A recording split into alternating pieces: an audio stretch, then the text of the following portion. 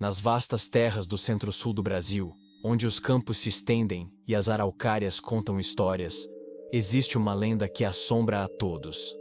A história do Bradador, um homem que, em vida, fez coisas tão cruéis que nem a própria terra quis acolhê-lo após a morte. Conta a lenda que, há muito tempo, viveu um homem conhecido apenas como o Bradador.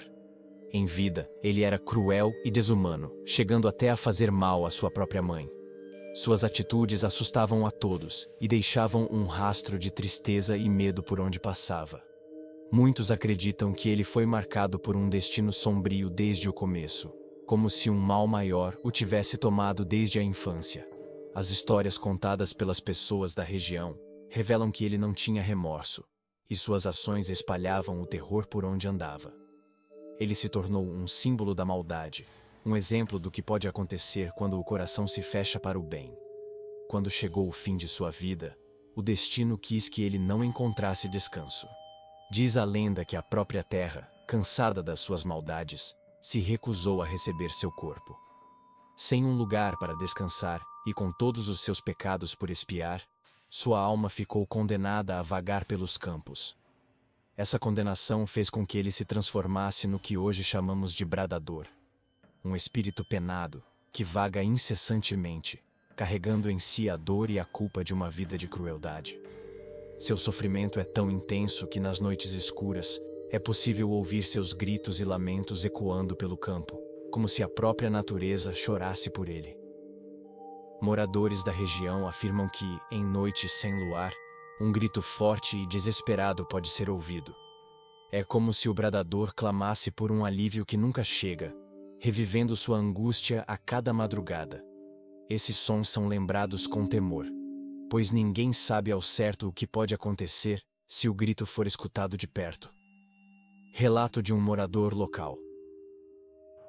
Meu nome é João da Silva e moro há mais de 30 anos numa pequena casa nos arredores de uma densa floresta aqui no sul do Brasil. Sempre fui um homem simples, acostumado com a tranquilidade do campo e os sons naturais da noite. Mas uma experiência que vivi há alguns anos mudou completamente a minha percepção sobre o que significa estar sozinho no escuro. Era uma noite fria de inverno, por volta das 2 da madrugada. O silêncio era profundo, interrompido apenas pelo ocasional farfalhar das folhas ao vento. Eu estava deitado na minha cama, tentando dormir, quando um som estranho me despertou. No início, pensei que fosse algum animal, talvez um lobo-guará ou uma coruja. Mas logo percebi que era algo diferente, algo que nunca tinha ouvido antes. Era um grito, um lamento profundo e angustiante que parecia vir de todos os lados ao mesmo tempo. O som era tão intenso que senti um calafrio percorrer minha espinha. Levantei-me da cama e fui até a janela, tentando identificar a origem daquele som aterrador. Lá fora, a escuridão era quase total, com apenas a tênue luz da lua filtrando-se por entre as árvores da floresta. O grito ecoava pela noite, ora distante, ora tão próximo que parecia estar bem ao lado da minha casa.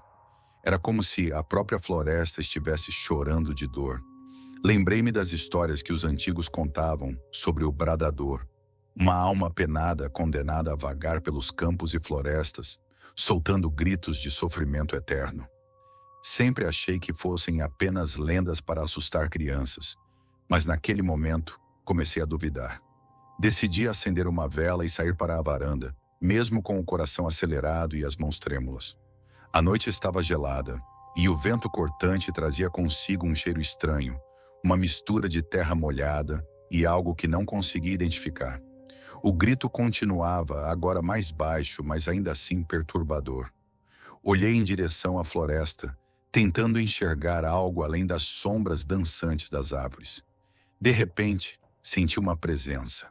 Não vi nada, mas era como se alguém ou algo estivesse me observando, escondido na escuridão. Meu instinto dizia para correr de volta para dentro de casa, trancar as portas e rezar para que aquilo fosse embora. Mas minhas pernas estavam paralisadas e tudo o que consegui fazer foi ficar ali, imóvel, ouvindo aquele lamento desesperador. Após o que pareceram horas, mas provavelmente foram apenas alguns minutos, o grito cessou abruptamente. O silêncio que se seguiu foi ainda mais assustador. Fiquei ali parado, esperando por algo, qualquer sinal de que aquilo tinha realmente acabado. Quando finalmente consegui me mover, entrei rapidamente em casa, tranquei todas as portas e janelas e sentei-me na sala, tentando processar o que havia acabado de acontecer. Na manhã seguinte, saí para verificar os arredores da casa. Não havia sinais de pegadas ou qualquer indício de que alguém tivesse estado ali. Contei o ocorrido para alguns vizinhos e eles me olharam com expressões mistas de medo e compreensão. Disseram que outros também já tinham ouvido os gritos, mas que era melhor não falar muito sobre isso, pois o bradador não gosta de ser mencionado. Desde aquela noite, nunca mais ouvi os gritos, mas a sensação de que algo está sempre à espreita na escuridão nunca me abandonou. Agora, todas as noites, antes de dormir, faço uma oração, pedindo proteção contra aquilo que vaga pela floresta, soltando lamentos de dor e sofrimento. Seja lenda ou realidade, uma coisa é certa: há mistérios neste mundo que talvez seja melhor não desvendar. Curiosos e até céticos, alguns moradores e pesquisadores se arriscaram a descobrir a verdade por trás dos lamentos. Embora alguns equipamentos modernos tenham registrado sons estranhos, a origem exata desses ruídos continua sendo um mistério. Será que são apenas ecos do vento, ou a prova viva da alma penada do bradador? A lenda do bradador nos lembra que algumas histórias vão muito além do que os olhos podem ver. Em cada canto desses pampas, a dor de um homem que nunca encontrou redenção ecoa, servindo de alerta para que a maldade jamais seja esquecida. Se um dia você ouvir um grito na escuridão, lembre-se: pode ser o lamento de um espírito condenado, que carrega consigo a eterna busca por paz.